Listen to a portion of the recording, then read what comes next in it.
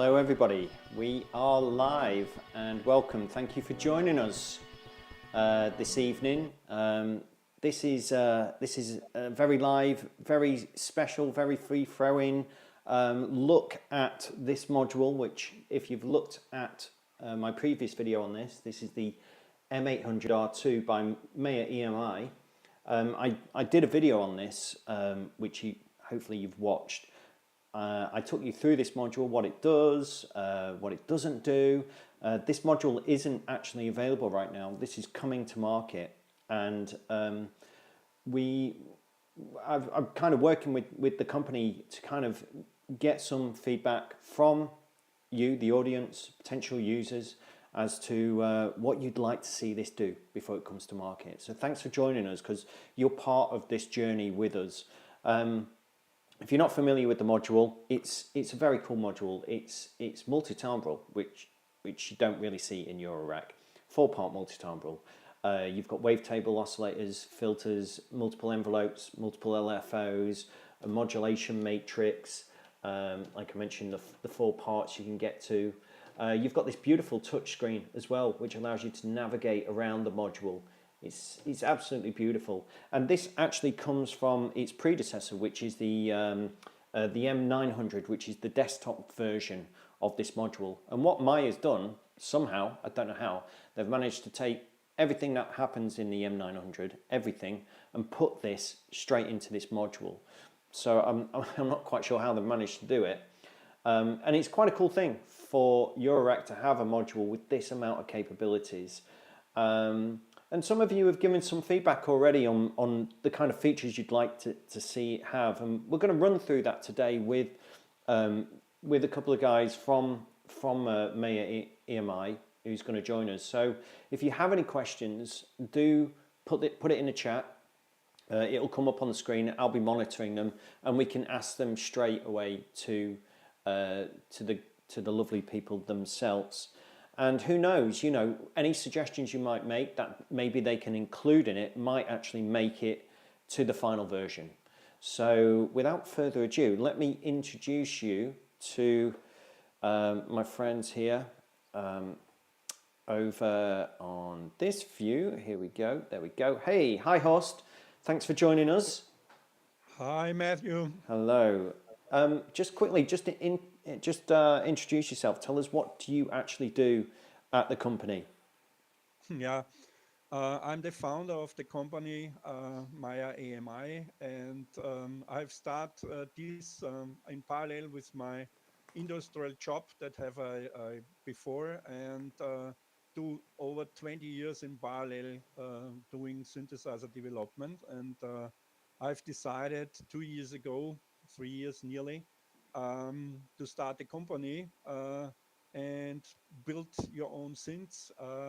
And the motivation was coming from Berlin, Schneider's Laden, that has motivated me to do my stuff in a small boutique style company. And this was the plan. And then I have started to do that. So then we have the pandemic. Pandemic was good and bad in the same time. Because good, you have time, you have nothing to do, you are alone. Bad is you have less contacts to talk with people and share their experiences and ideas. That was the bad thing. So, and it is also the reason, thank you for the invitation to this possibility to get in touch with the people directly, to catch out what people think about such a kind of synthesizer in a modular system. Yeah, absolutely. Well, it's my pleasure. I mean, I first met you last year at Superbooth, and I was really excited to see this module. And you know, I'm a big fan of this kind of stuff in the modular world. I don't mind these big modules. I'm open to touchscreens. I'm open to multi-timbral. I'm open to it all. So I was really excited to see something like this. So congratulations on what you've managed to do, and you know, to take everything from the M900 and put it into something like this. So I mean, that's not a mean. I mean, that's a mean task to do. So congratulations. Thank you, Matthew. So Yeah, just quickly, just before we get into any more, I'll just say hello in the chat room. Mr. Hilton's just joined us. Richard, hello. Matt Brown, R. Riggs, hello. Hello, Joe Thompson, and everybody as well. Thanks, everyone, for Yes, joining us. as well from my side. Hello, everybody, and thank you for your time and thank you for watching these videos. Awesome. I'll just before we get into the chat, because there's quite a lot for us to chat about, and we've got quite a lot of feedback from people.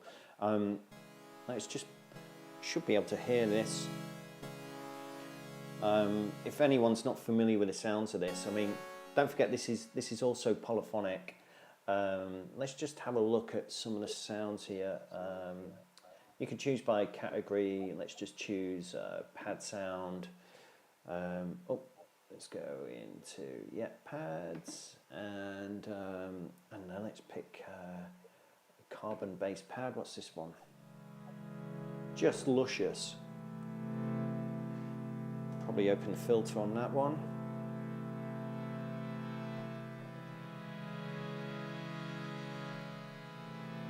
And I'm just playing this via MIDI, by the way, everybody. If you're, it's just from a key step.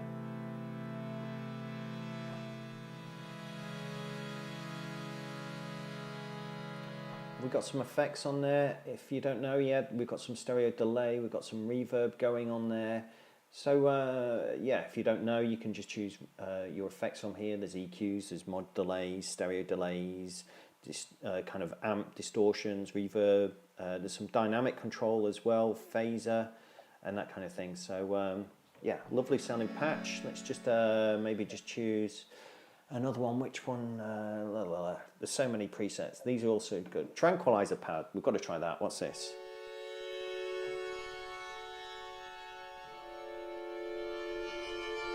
Lovely.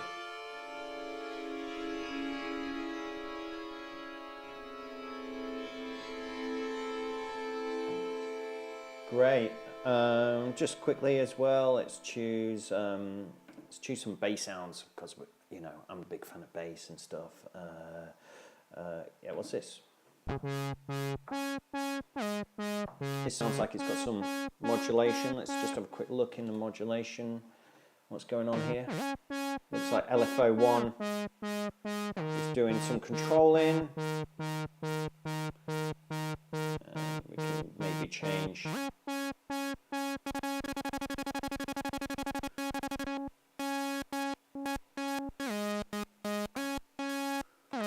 What kind of oscillator?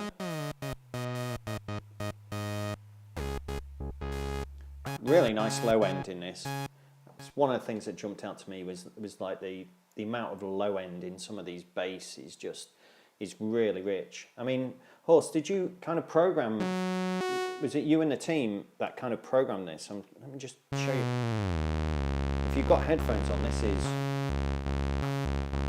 that low end is just remarkable. I mean, yeah, I mean, I have no idea how you do something like this, how you program anything like this, but I've really noticed it's very, very rich. The sound palette is, you've got everything from delicate, luscious pads, and then you've got these brutal, kind of really low end bass stuff going on. I mean, right. I mean, how long did it take you to kind of build these kind of algorithms for the voices?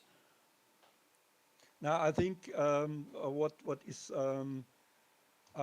have the people to know is I think the first thing, it's not so for the punch in the bass line, but in the pads sounds is the stereo voice. So that important thing is that the voice is completely in stereo. So when you get exactly, so you see that the two oscillators on top that are wavetable oscillators, and you can switch between algorithm or wavetable mode. The wavetable mode give you, even you select the unison mode to 4 voices for the oscillator, then you have a stereo spreading from the oscillator, and that is fed through every stage of the voice. And I think this is one of the reasons why we have a wideness and lushness at all in a so cool way. That is one thing. The other thing, when you speak about the basses, is that we have really fight with the aliasing to Mm. do the aliasing in a good way, also the anti-aliasing in a Yeah. better way, so that would not alias in higher frequencies. But we have think we have take a good compromise between the anti-aliasing and the the richness of the overtone that's still in stratus and pulse and so on. So and I think this was two points. And the third point, I guess, it's just the filter modulation.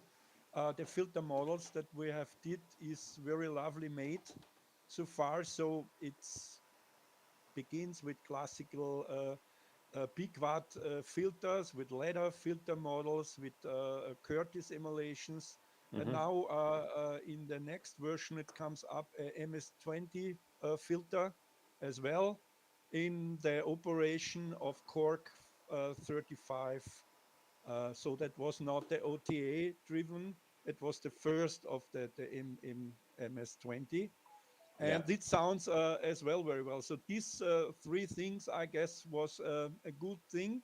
And as well, the wavetable oscillators are the answer, including the spectral morph that give things a firework of overtones that you can slightly shape with the filters away, which you like. And this is, I think, the reason Yeah. what you can hear. Yeah, so I'm looking forward to hearing those other filter emulations, if you like, because yeah, there's already so many to choose from, and yeah, just to reiterate, the whole voice is stereo all the way through, all Yep. the way through the path, which is absolutely Right. ace. And two filters. That means that there are four filters in one Yeah, voice. So the reason is a filter A is as well as stereo, so that we can filter independent the two stereo channels that coming from the oscillators. But for sure, the filter A has a unique cut off and resonance and mm-hmm. filter model settings, but it depends independently in the two stereo channels. As well, on the end of the filter, it comes the amplifier, and the amplifier is as well stereo, and then we feed a stereo FX section. Yeah, And so that is normally in typical synths, desktop synths as well, it's not so common to have a stereo architecture, yeah, a complete. So the most things will be done on the end in the effect section typically, and not on the overall path. yeah, And in a modular system, it's as well not common to have a stereo channel. You can build it when you have enough modules yeah. as well, for sure. But this was the idea, and in combination, that brings a lot of possibilities that you can do with the stuff. Absolutely. There's loads that you can do, and I think that one of the things that while we're talking about the filter, actually, and if I just jump over to this camera here so people can see in the mixer, you can actually choose the oscillators if they go through filter A or filter B, and how Right, much of those as well, and that kind of thing. One of the right. things that I think I would love to see on there, Horst, I don't know, is it possible to drive oscillators into the filter to kind of, one of the things that I really like to do is drive oscillators quite hard into filters to get this extra harmonic content, Yeah. and that kind of thing. Is that Um, something that's maybe possible? Yes, I give you now. I give you because on my machine, yet you can see on the left side, so switch on the main screen. Yeah. We have a shaper inside. When you go to your panel and you go to the mixer, then you can insert. Go to the mixer again, please. Go to the mixer. The mixer. Oh, No, no, that's the mixer. mixer Yeah. that's in the middle. Yeah. Yeah. So then you can insert a Ah. shaper. That Okay. is the blue one thing. So I can show you on my machine Sure. in a better way. So what I So can what we're do looking at is now, this is the MD900, everybody. So this is the kind exactly. of So desktop version that is available. yeah. So I've now just chosen an. So you can hear Svethus, hopefully, Yeah. right? Yeah, we've got that. Okay. So when I go now to the shaper that is built in the version in the newest version, on with the shaper, that can you insert before the filter Oh, or cool. for both oscillators or for common out of the mixer before the filter. So, and when you now I get to the wavetable and just select here a sine wave. So, okay, Yeah. then I can show you what's the shaper is done. And now I do an insert. Yeah. And now we have here the curve, the possible algorithm, how the shaper works. And now you can do a lot of distortion as you like. So Wow. Okay.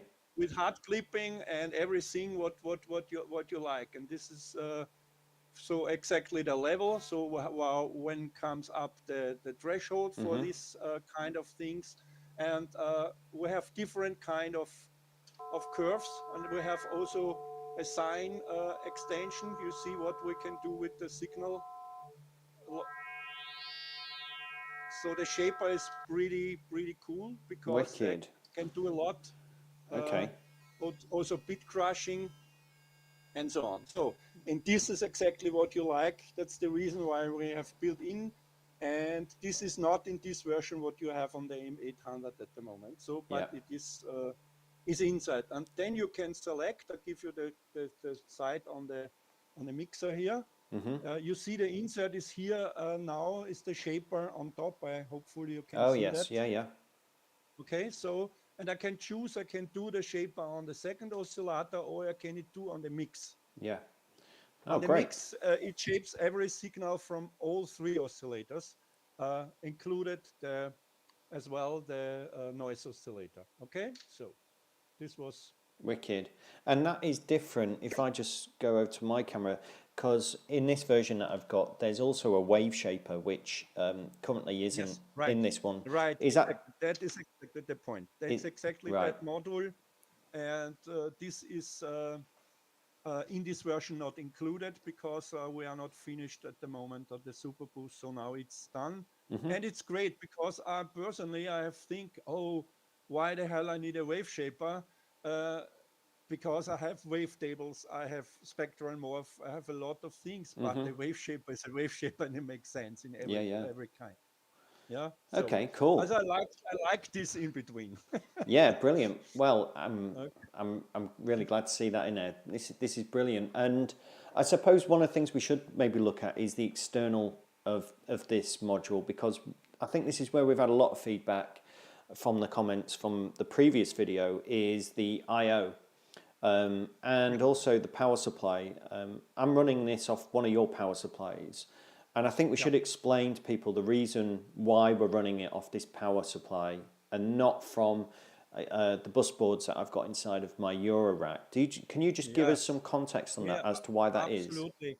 So thank you, Matthew, for this question because I completely understand what the people think about the power supply, but we have to know two things. The one thing is this is a computer behind, so that is core with 1.3 gigahertz with 4 cores, and this R7 CPU needs some power. So this is not so much as we expect because it is from the technology the same thing what is in handys, typical as included.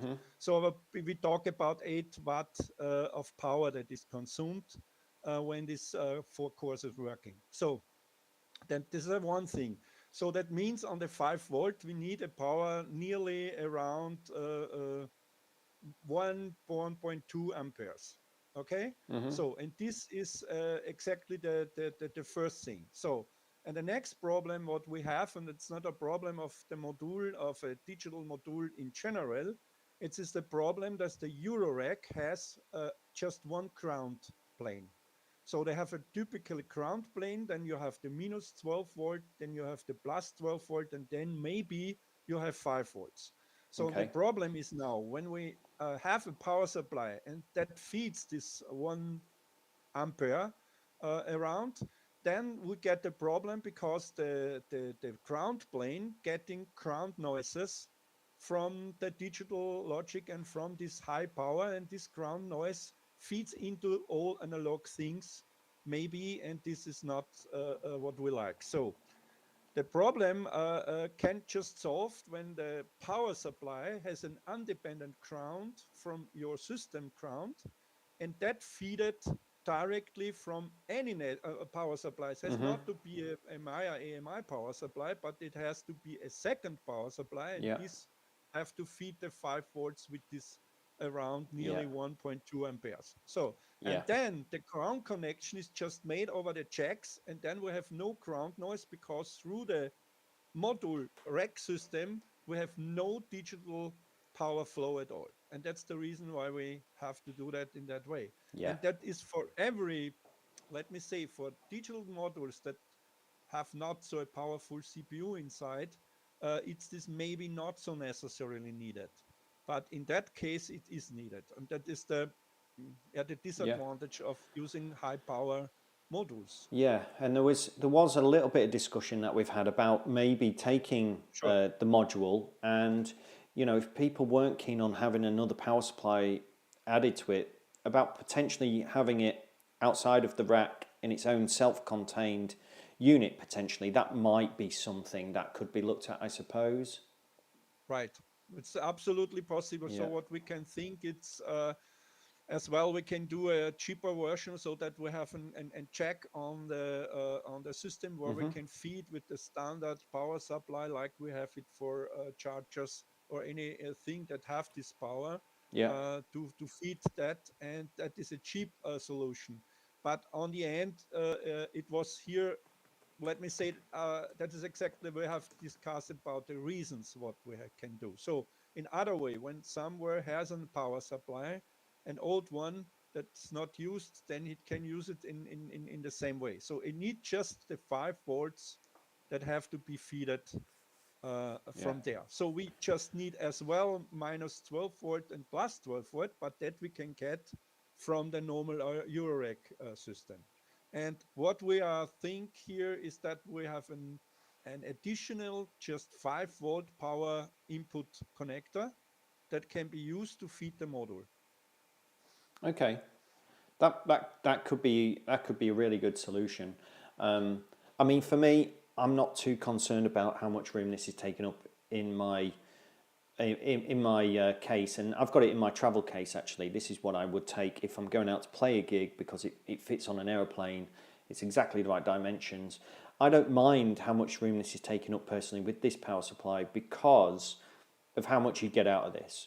I can have multiple bass lines. I can have pads playing from this. It's 4-part multi-timbral, and not to mention, of course, you've got all the drums and the sequencing in here as well, which we won't really go into now.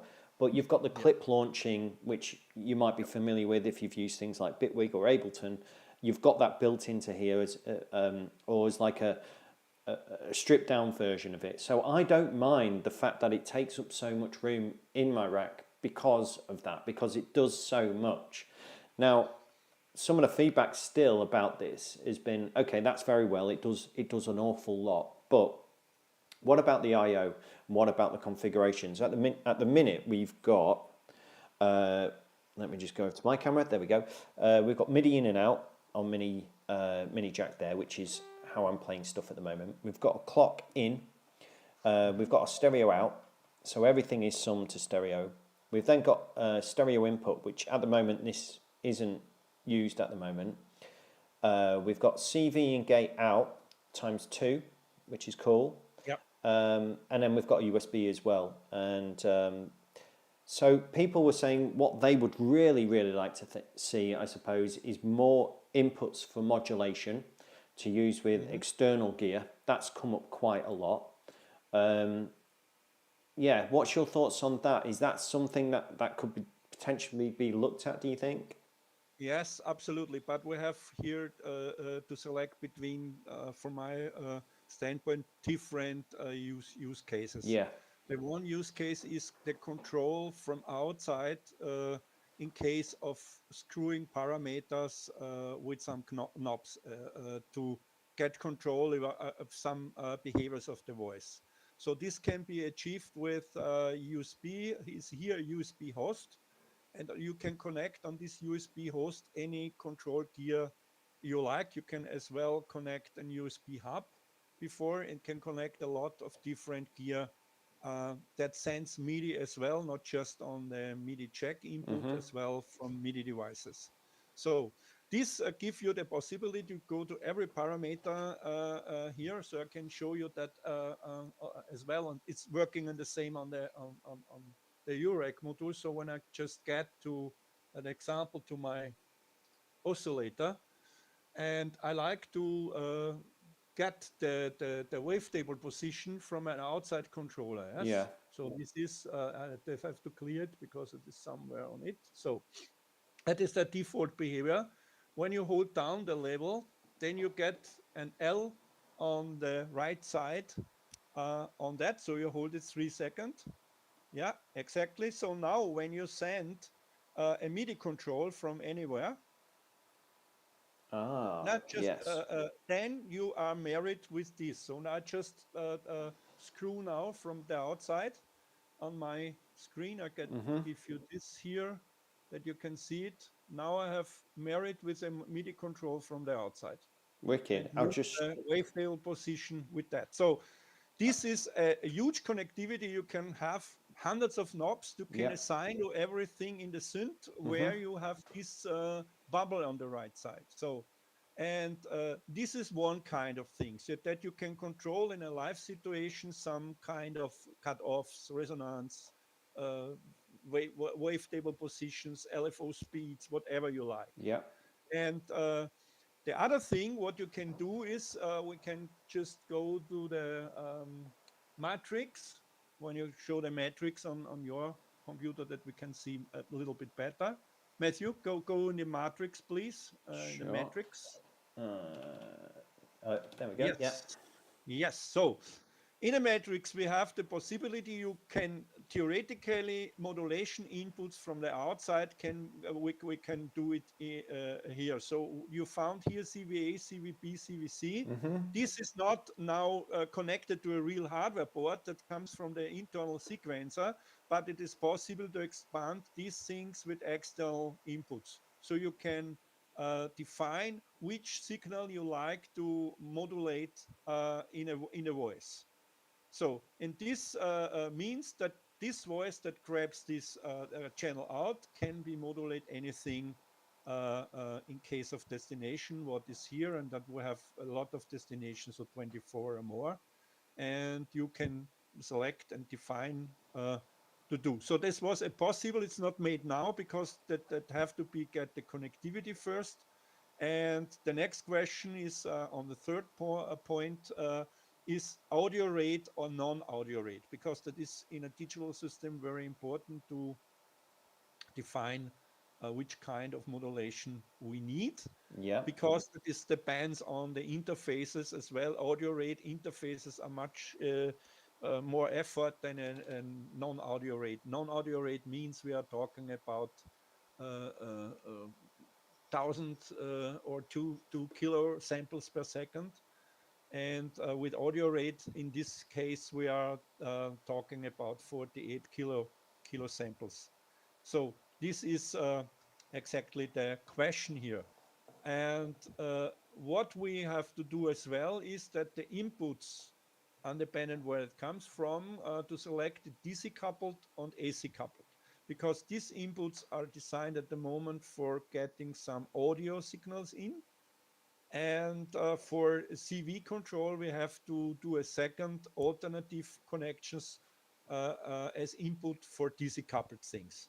And that can be two audio rate inputs that you can choose between between DC coupled and AC coupled inputs.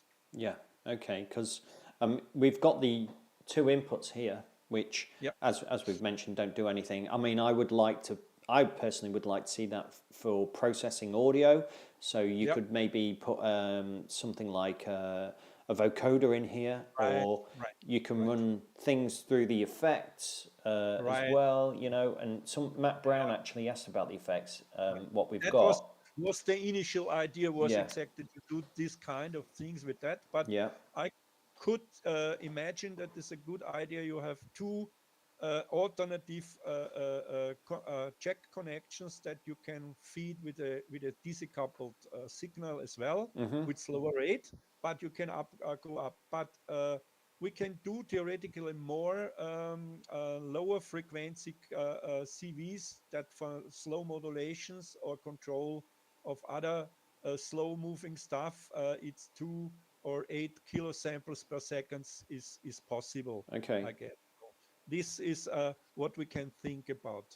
And a third possibility we can achieve is we are working on an audio interface in the laboratory that is running over USB, over the USB host. This works in general very cool because we have 8 additional audio rate outputs and theoretically 2 additional audio inputs. Okay. But the major problem in what we're running here is that we increase the latency of the system uh, on top of the latency we have is around 9 milliseconds. So mainly with everything under 10 milliseconds. And with the USB on the end, we increased it to under 20 milliseconds. So Okay.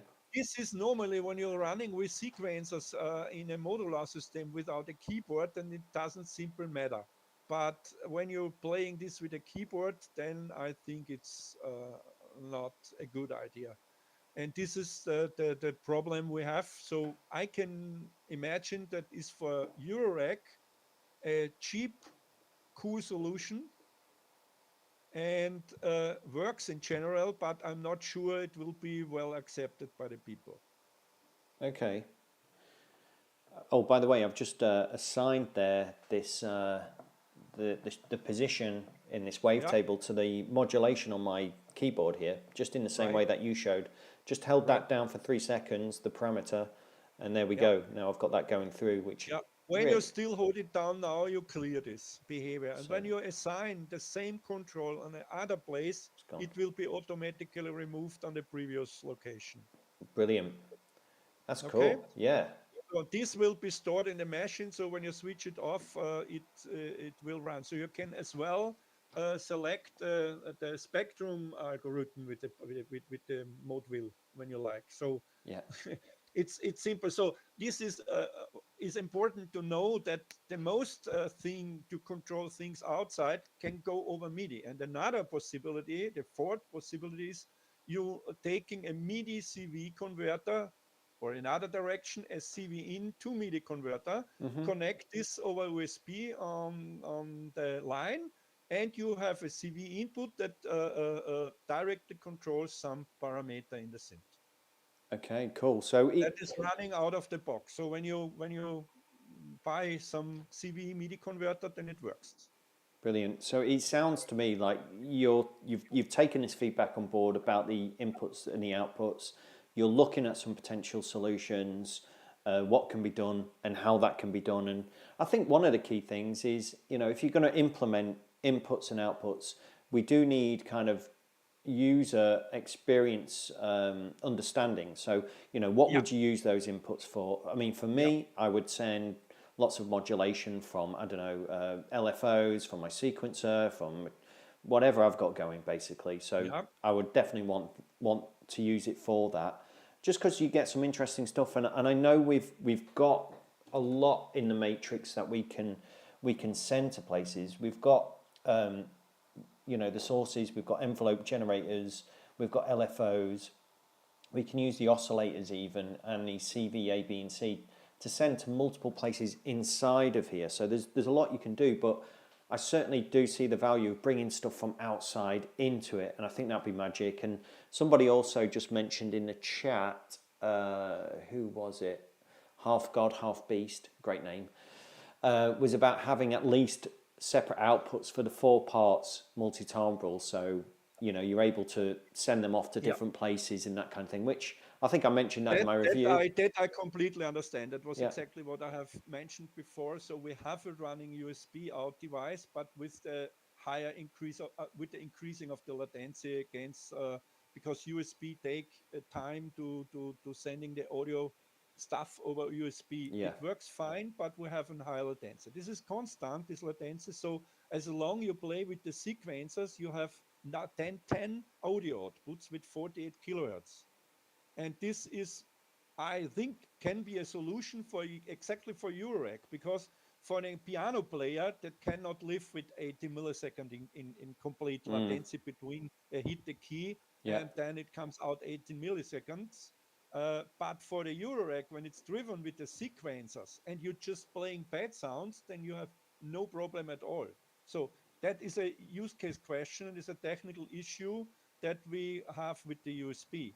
But the good thing was, theoretically, in any way, is a small module with a small form factor with 8 jacks out, and you have Okay. 48 kilo sample 8 type output, and then you can put every of the 4 parts Yeah. to left, right to these output channels, and you Yeah. can choose the drum section that comes out on the main channel as Brilliant. well. So So you'll have the main this channel is and then some additional.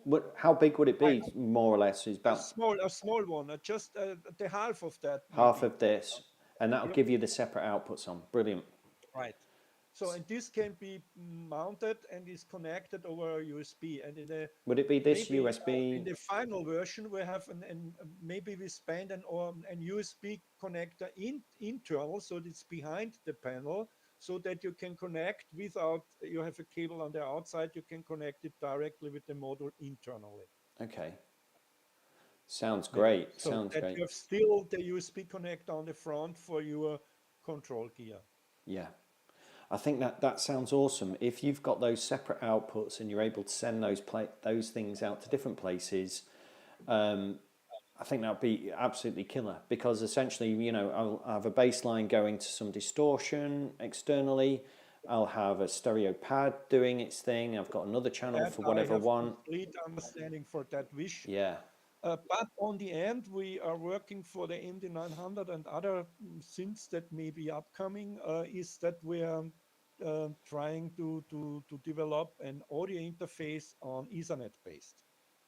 So Oh. this has a huge advantage that we have no latency problem at all. So that have short latency. So the latency is not higher than the internal audio interface. And we have the advantage, we have a complete galvanic isolation between the audio interface and the synth.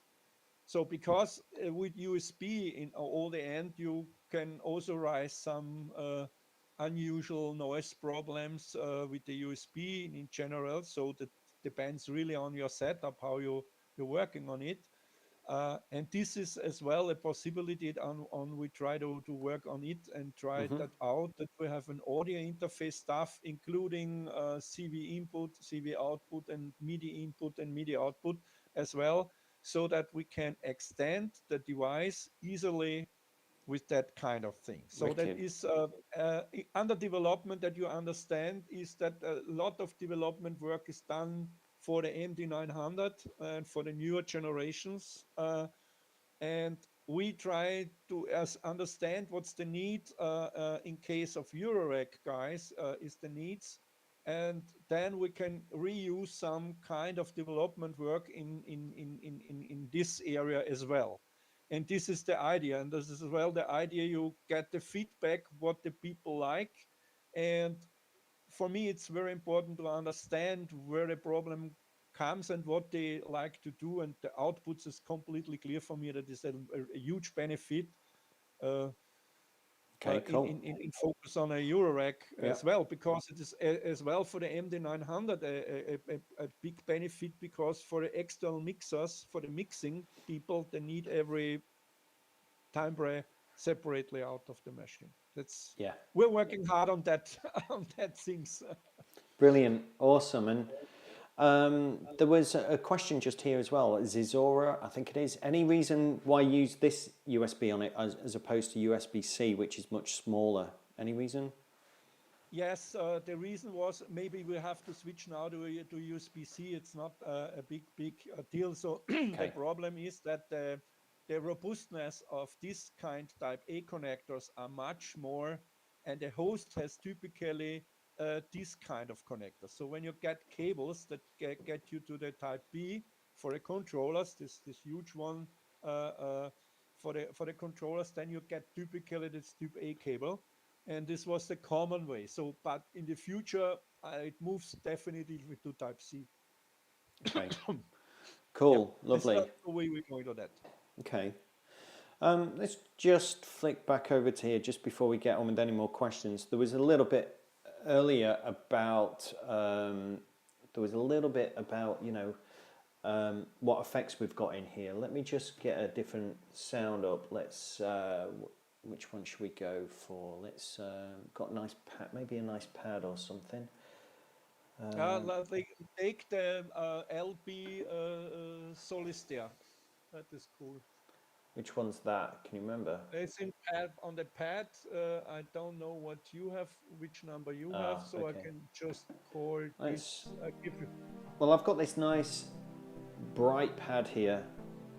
Again, I'm just Yes. playing this. This is Yeah. lovely. This one. Yeah. This is did exactly with phase distortion, so that is a pretty cool possibility of doing this kind of really nice stuff.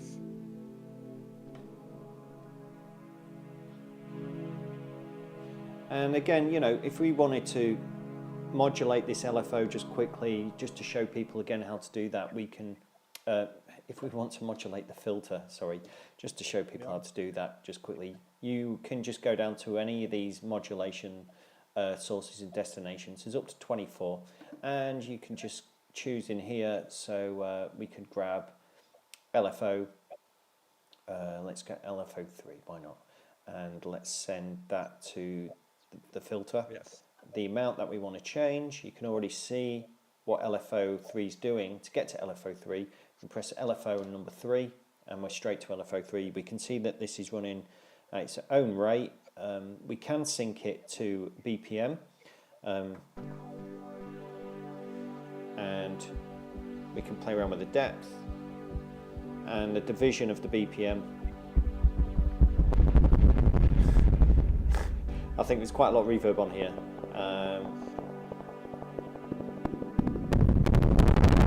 Yeah, sorry. I think I'm overloading that because, yeah, we've got a load of reverb on there. That's my bad. Yeah. I must admit, the reverb I really do like. And somebody was just asking, I think it was Ed, like how many effects have we got? And there is a lot. Like I say, there's a mod delay, an EQ, a stereo delay, a Moog kind of ladder filter, a tube preamp, reverb, dynamics you can play with, a phaser, and that's what I've got in this 7, version. but in the stereo delay you have three kind. In the modulation delay you have three kind of different modulators. In some, I Yeah, guess it are ping over pong. 11 effects. Yeah, and yeah, you can have up to 10 on here at the moment, and then you can just stack them however you want, I guess. So with the reverb, for example, we just turn that on. You've got your wet here, the dry. This is one thing that I think I'd like to see is as you change your voices, if you've got your dry and your wet, how you like them set, that stays. That would be nice, I think, to see something like that.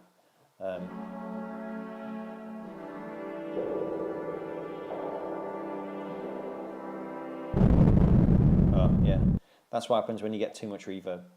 But that's because I've got it quite loud. If you want to change the volume of that, you can just go here and you've got your volumes for each part. As you can see, I had that on 100%, so that's easily going to overload. So that was my bad. That should be, I should be watching my levels more, basically. I should know this by now. So I screwing everything loud, and Yeah, then something my box is coming up to me. yeah. So yeah. It sounds cool Yeah. though. I'm just seeing if there's any other questions. Yeah, Matt, hopefully that answered that for you. What else did we have in the chat? I think there was something earlier on. Cider was asking, can you just use this by itself?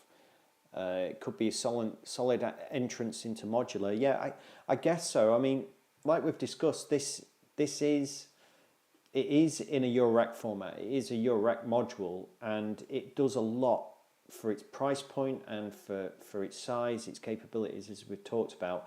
But to use it with other things, yeah, we probably would look at having more inputs to do that modulation. But if you're running it over MIDI and out the camera here, I've got a sequencer up here. I've got the Nerd sequencer, which has got the MIDI out on it.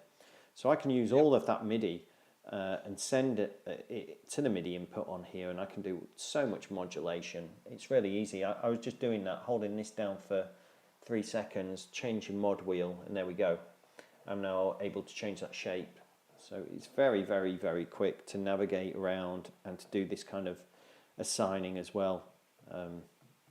I like the way it jumps as well as you play your modulation wheel. I've got a touch mod wheel here, so it kind of jumps from one place to another, which is cool. Any other questions? Yeah, you could use a Rolly. I think what is important to know is the capabilities of the sequencing and the appreciation, because that was exactly the need when my idea behind I have built this stuff into the module. It was driven by that is exactly the major problem. You sync appreciators, sequencers with your gear. It's all the time, you know, maybe a messy task, yeah. And the idea was to put this into that and give a great functionality on the end of that, and we are working on that. That is as well, we can see here on the screen that we are working on a software-based, MIDI-based DAW, so a small Ableton Live kind of thing, so that you can do your arrangements and do everything on your computer, but it is just a terminal window that controls the stuff remotely. So the engines is running in the device. Do you want to show us that?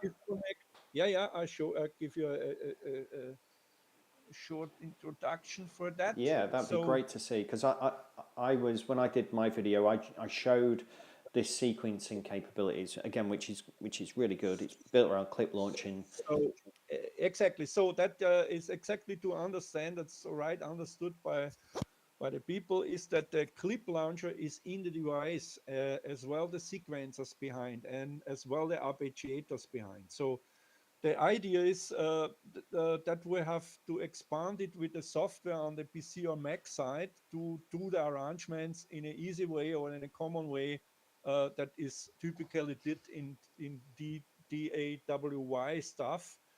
And but on the end, when disconnect your computer, you don't need any more a Mac or PC, so that the device is running out of the box, and you just control the clip launching stuff with the control gear what you have. So, and in this case, just put it in there. So what I mean is that I can do this, that you can see it here on the device. I make it a little bit wider, so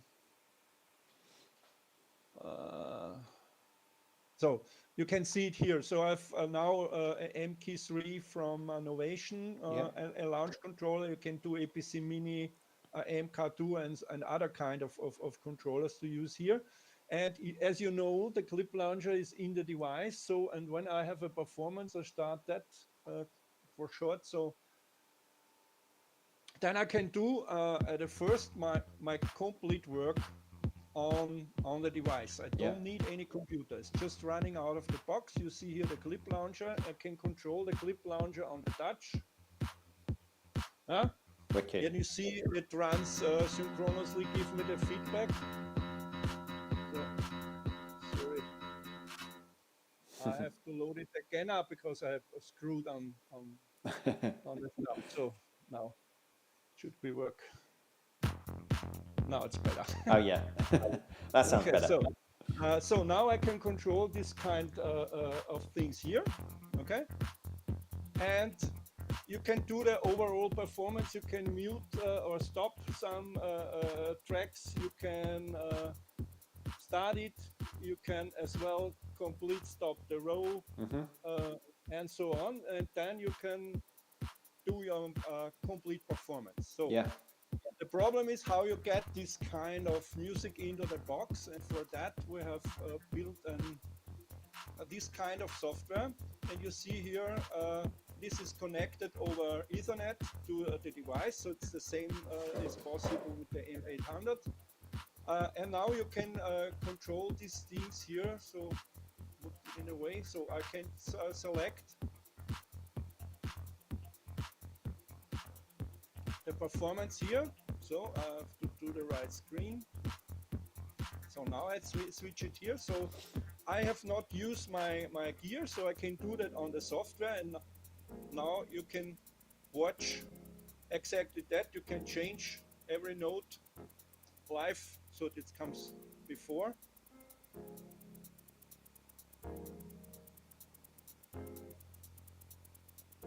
This is really something, you know.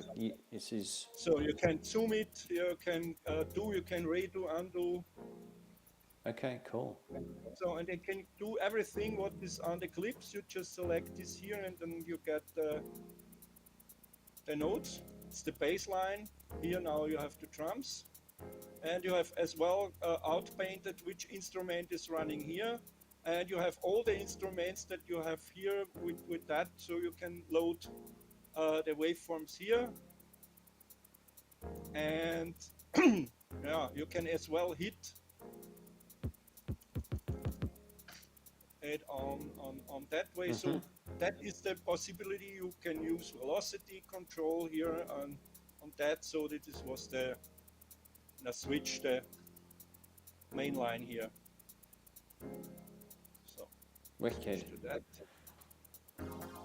And then you can just save this straight into the module. Yeah, it is in the module. So every changes what I did is I did it in the module here. On the end, you can just press store and it is saved in the device. You can save it as well on your computer in additional way to do some things, and you have some kind of folders to do synchronization between the device and a lot of this thing. And what you can do as well is to do the appreciation with the same thing here. So I can now insert an app.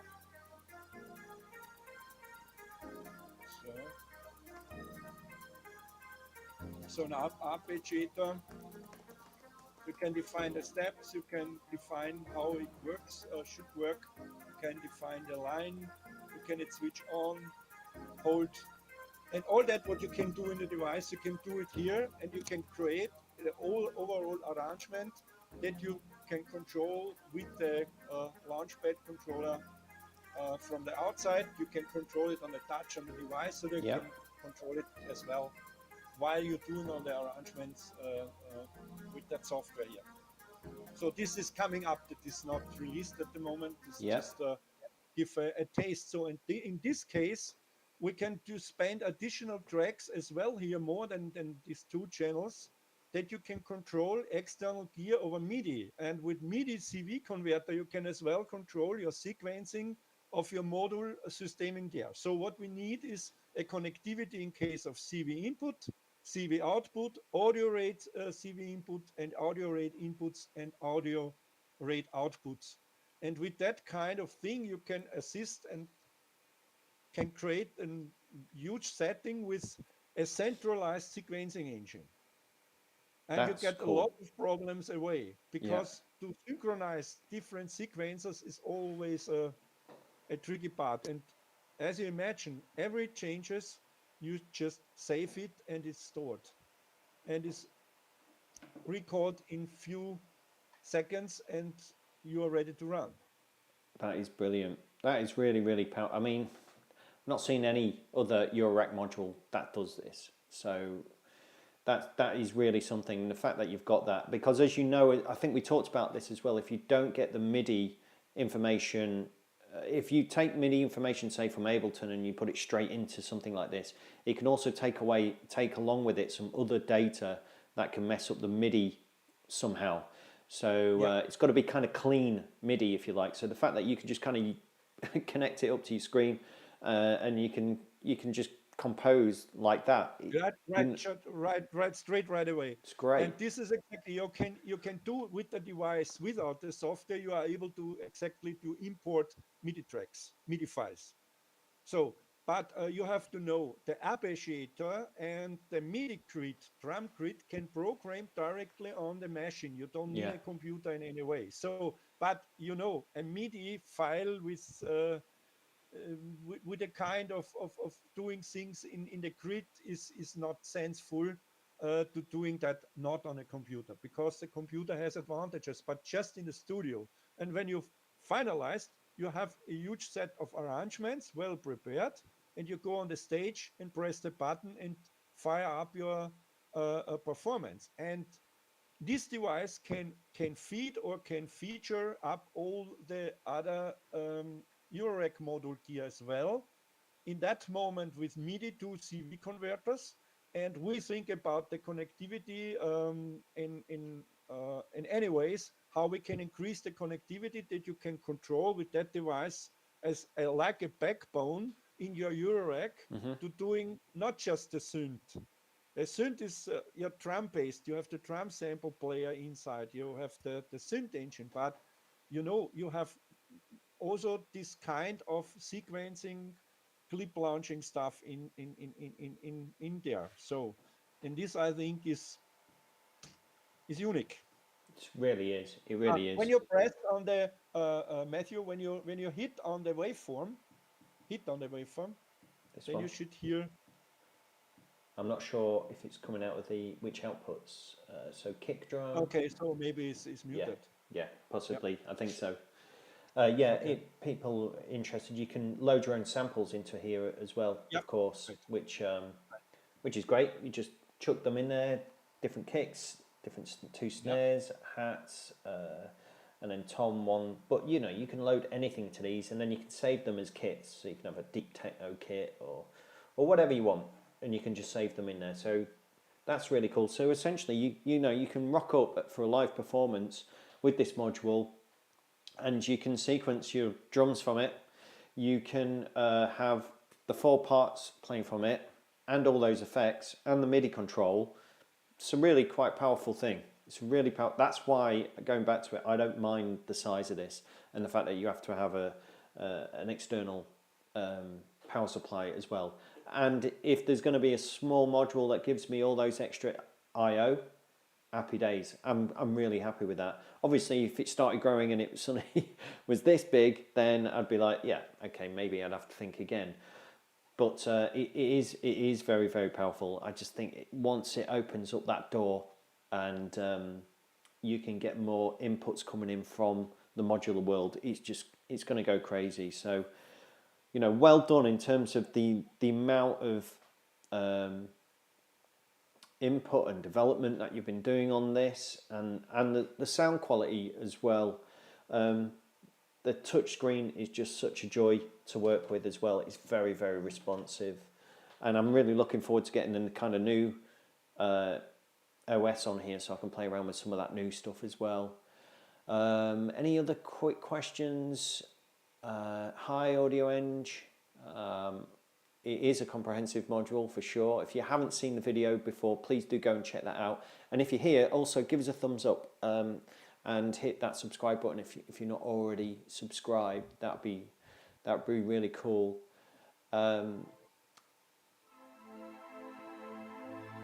Yeah, play away, Horst. Let's hear something. So what you hear is now just that they mentioned that in the next version we have as well a multi-sample engine inside, so that you can use multi-samples as well. Yeah. So it gives just a taste how it sounds. Oh.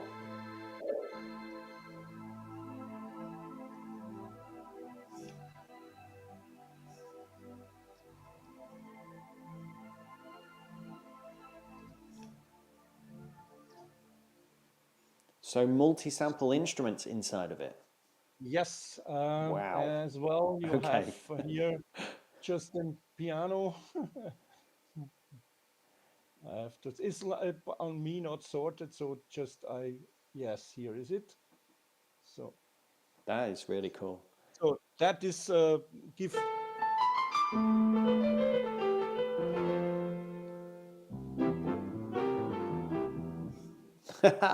Brilliant. Great. Well, look, Horst, thank you so much. We've been chatting now for about an hour. I think we've covered a lot here. We've hit the main points, which I know you got. The cool thing about your company is you're listening to what people are telling you and giving the feedback. So definitely the I/O. You've already addressed that. The driving into the filter. That's something that I really wanted to see. Yeah, it's the shaper. It's have a checkbox that is inside now. It's really, really, really, really great. And the audio input as well, like I mentioned, I'd love to see things like resonators, harmonizers, vocoder as well in there. It's one of those modules that I'm sure when it comes to market, it will be developed and changed over time, and there'll be new things added to it. And you're always adding things already. I mean, you're telling me about things that I had no idea about, and the different filter models that you're Right. bringing in, and all that kind of thing. So I like that. I like that when you invest in something like this, which it's quite serious money, and then you get more and more out of it over time. The MIDI connection, the fact that you've got all the sequencing, again, I think is really, really cool. Let's just see if there's any last questions. Okay, so the question is, when's it coming out? We're being asked in the chat. When it comes out. Yeah. What What is the yeah, process here? this is a little bit a hard question Yeah. because we are still in the situation that we have a part a challenge to getting parts in case of chips Yeah. in any way. So, but that's the bad news. The good news is we have to redesign it to get in the new features, and that is as well the reason we can choose parts that we can get maybe. So that is the reason why it's not serious to say that. But in any way, when we decide that, then I try to do these things that we can think about the end of the year, maybe. So that is, Okay. I think, not earlier. With the end of the year, we can think that it And can be ready the first unit. So that it depends a little bit on the situation on the market. yeah. We hope it relaxing now. It seems so, but I'm not quite sure. Okay. So. And are you at Super Booth this year? Are you guys planning on being there? Yes, absolutely. So, and we try to bring all the new stuff Yeah. as well on the Super Boost in the first taste, maybe. So, but the M800 will have to be revised and independent. The possibilities are clear. So, for us, it's important to understand how the market is accepting these things. Yeah. I hopeful that the people should say yes, all that, give a lot of thumbs high in the chat, then we made it. So And there we you made go. it quicker. Yeah. So there you go, everyone. Look, this company are listening to you. If you're interested in this module and you want to give your feedback, I'm sure they can. You can send them an email. They have a Discord You can as well. assign in Discord. Yes, Discord is a good point. You Yeah. can reach us all the time and Great. raise some questions. We try to answer it and then get in touch with us and still in touch, maybe. Brilliant. And they're listening. They're listening. So if you want this more, if you're interested in this module and you sat here and you're thinking, kind of into this, if you've got some ideas, this is the time now because they're listening and they can hopefully implement it. Obviously, think about what you are saying though when you're asking for things, because the more you do with anything, the more it can push the price up. Particularly if you're adding hardware features to it, software not so bad. Obviously, that's development time, but when you're talking about the hardware, that's where you can push stuff up. So it's got to be reasonable. I mean, you could make a module do anything and everything, but it could then Yeah. cost Yep. lots and lots Yeah. and lots and lots. Right. So we're Right. mindful of that. Horst, thank you, and to the team for joining us. Is there anything you want to say just before we sign off? I just saying thank you for watching. Thank you for have interest on that. And my please is on the end. Get in touch with us to give us the feedback that we know what we can do, and it will be accepted by you, and then we can push it forward. Brilliant. And hopefully as well. We'll be doing some videos or something for the MD for the 900 as Right, well. that was pretty Yeah, cool. Yes, yeah. I So hope so. You do that. looking forward to it. Well, look, thanks again so much. It's been really great chatting with you over this and kind of being close to the team on this. So hopefully I'll see you in Berlin later on No, in the year. absolutely. It's fixed. It's a fixed point, Cool. and every people are welcome. Wicked. And Right. thanks everybody who's joined us today as well, live chatting. It's really cool. It's lovely to see the usuals. Martin, Inky, Matt, Audio Eng, Scott Campbell, hey, Rich, Mr. Hilton was here earlier. I don't know if he's still around, but thanks everyone for joining us. This is really cool. I'm going to be doing a few more of these kind of chats with module makers and things like that as well. Some new, some old. So if you're new to the channel, do obviously hit that subscribe and get the bell and give us a thumbs up. And yeah, thanks again, everyone. Enjoy yourself, and thanks very much to Maya and the team. Thanks, everyone. Take care.